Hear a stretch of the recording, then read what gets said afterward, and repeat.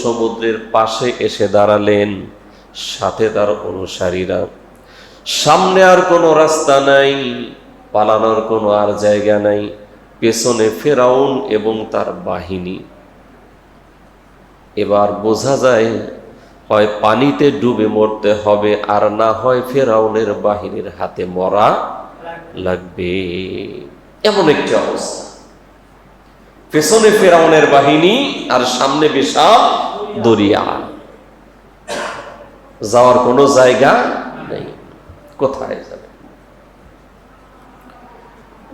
এই অবস্থায় মুসা আলাইহিস সালাম এর অনুসারী যারা, তারা বলল, আল্লাহর পয়গম্বর মুসা, আমরা তো বুঝি শেষ হয়ে গেলাম, ধরা খেয়ে গেলাম। মুসা আলাইহিস সালাম তার পরিপূর্ণ আস্থা রয়েছে একজনের উপর। সবাই বলেন তো তিনি কে? ইমানদারেরা একজনের উপরেই ভরসা করে। সবাই বলেন তো তিনি কে?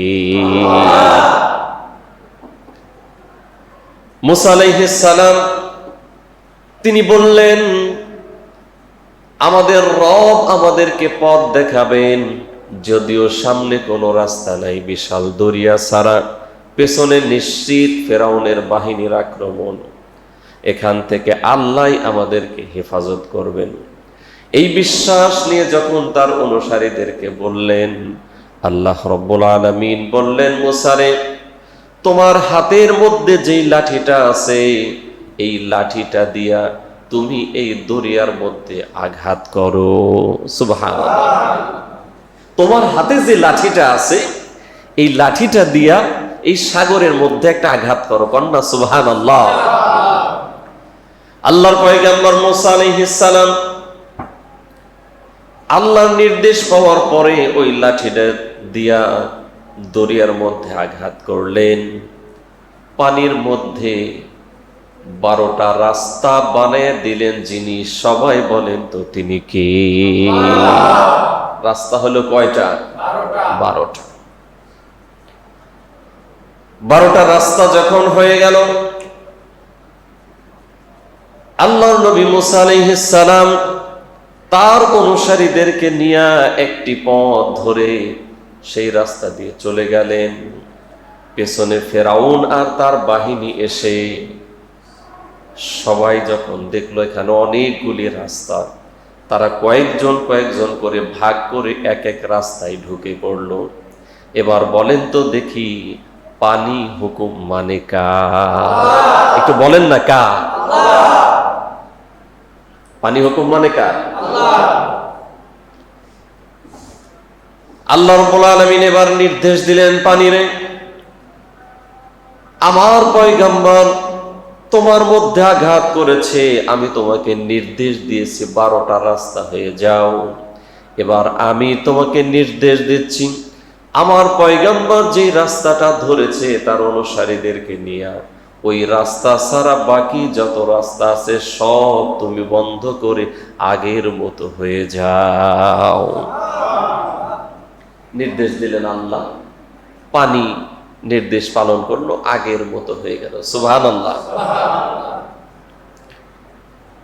সাগরের মাঝে পানি কম না বেশি? কত বেশি? এই সাগরের মাঝে যখন আল্লাহ নির্দেশ দিলেন পানিরে তুমি আগের মতো হয়ে যাও, পানি আগের মতো হয়ে গেল।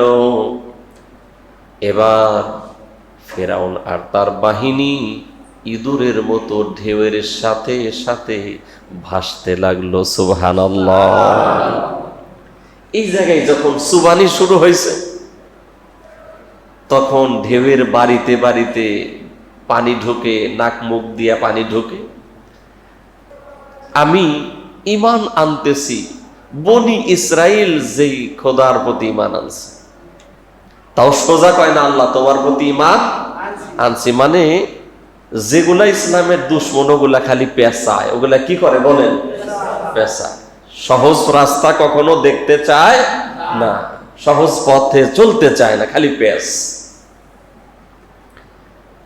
দেখে যে সুবানি তো বন্ধ হয় না, সুবানি আমি ঈমান আনতেছি মুসা যেই খোদার উপর ঈমান আনছে তার প্রতি। আগে বলছে কার? বনি ইসরাইল। এবার কার কথা? মুসা আলাইহিস সালাম। এতেও কাজ হয় না।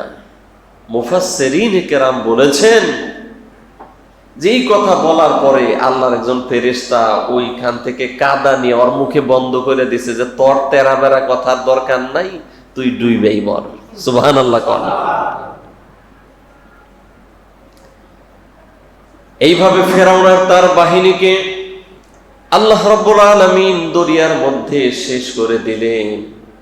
আর মুসা আলাইহিস সালাম এবং তার অনুসারীদেরকে এই বিশাল দরিয়ার মধ্যে রাস্তা বানাইয়া পাড়ি দিয়া জীবন বাঁচিয়ে দিলেন। যিনি, সবাই বলেন তো তিনি কে?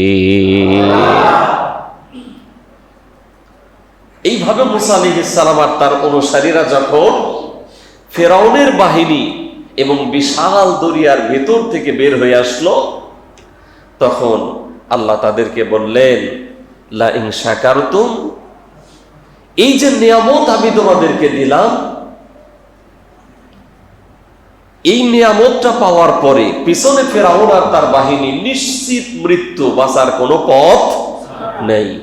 সামনে দরিয়া, কেমনে যাইবা?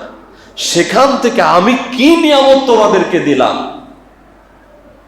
সাঁতার দিয়া সাগরে বাঁচার পথ আছে নাকি? এই যে বিশাল সাগরের মাঝে রাস্তা বানাইয়া পিছনে ফেরাউনের বাহিনীর এখানে ডুবাইয়া জাহান্নামে পাঠিয়ে দিয়া তোমাদেরকে আমি বাঁচাইয়া দিলাম। লা ইন শাকারতুম, যদি এই নিয়ামত পাওয়ার পরে আমি আল্লাহর শুকরিয়া আদায় করো, লা আযীদান্নাকুম, তাহলে এর চাইতে বড় বড় নিয়ামত আমি তোমাদেরকে দেব। সুবহানাল্লাহ।